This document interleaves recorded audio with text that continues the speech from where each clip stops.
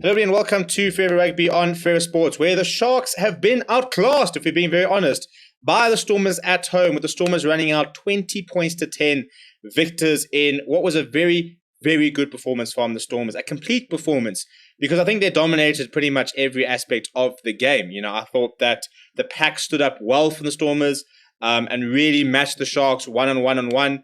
And I thought they scrummed a lot better with Brock Harrison at tight head. I thought the line-out work was very good. They had very good mauls. And when the backline got going, it just looked like a much better Stormers side. The Stormers side, Stormers like to run with the ball. They like to try and play nice rugby. And starting Khalan today was a big moment because he opens up so much space in the field.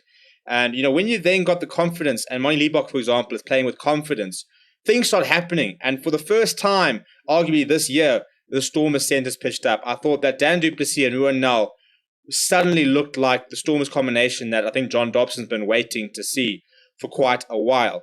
Before we break down the game, please do smash like on the video and subscribe to the channel as well. It didn't start particularly well for the Stormers. In fact, the Sharks took an early lead when they went 3-0 down through the boot of Jacqueline Diaz-Bonilla, also known as Tito Bonilla.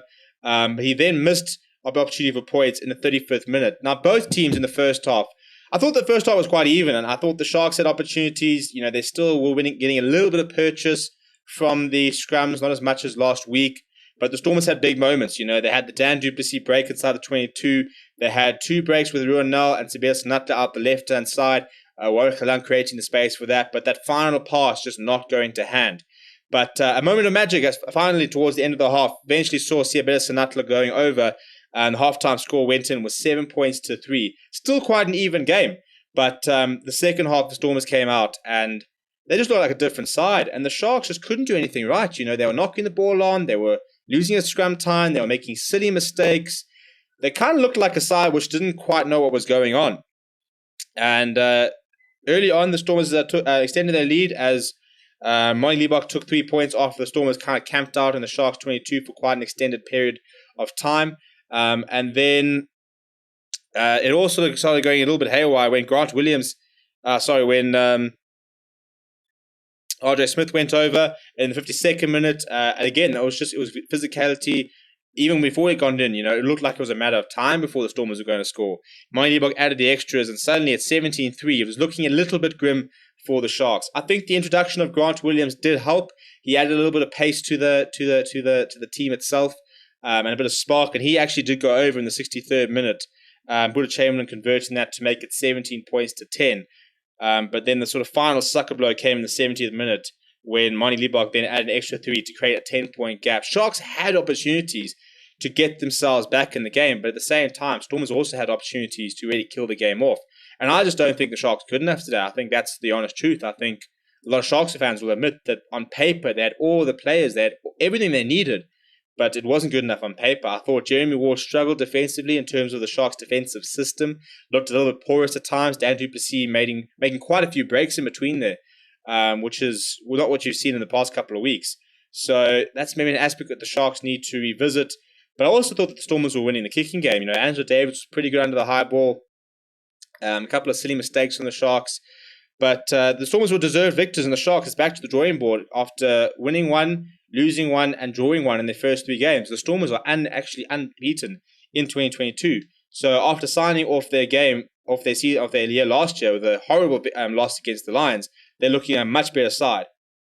And if you look at the stats, the Stormers dominated possession 54% to 46%, 60% territory to 40% territory, 2 ties to 1, 2 conversions to 1, 2 penalties to 1. Running meters was a little bit similar, but Stormers had more. They also beat more defenders. They had more gain line carries, more clean breaks. They passed more. They had a better offload game. They conceded fewer turnovers. They conceded more turnovers, but 1 more rucks. And defensively, 88% success rate for the Stormers compared to an 83% for the Sharks. Sharks missing a kick on goal, Stormers not, but it's the ruck success. I thought that was something that was really impressive. As soon as a Stormers player went to ground, there was just no chance a Sharks player was getting anywhere near it. Their protection of the ball was so impressive. They literally won all 72 of 73 rucks. There's only 1 ruck where they conceded, they didn't win, where they actually managed to set up a ruck. And I think that was very important. Whereas the Stormers weren't as good. The Sharks weren't as good. The lineouts, there were a couple of issues on both sides. So there wasn't much between that. The scrums did lean towards the Sharks. The Sharks still had the dominance of scrum time, but I thought the Stormers held it up a lot better. When it was their scrum, they could compete.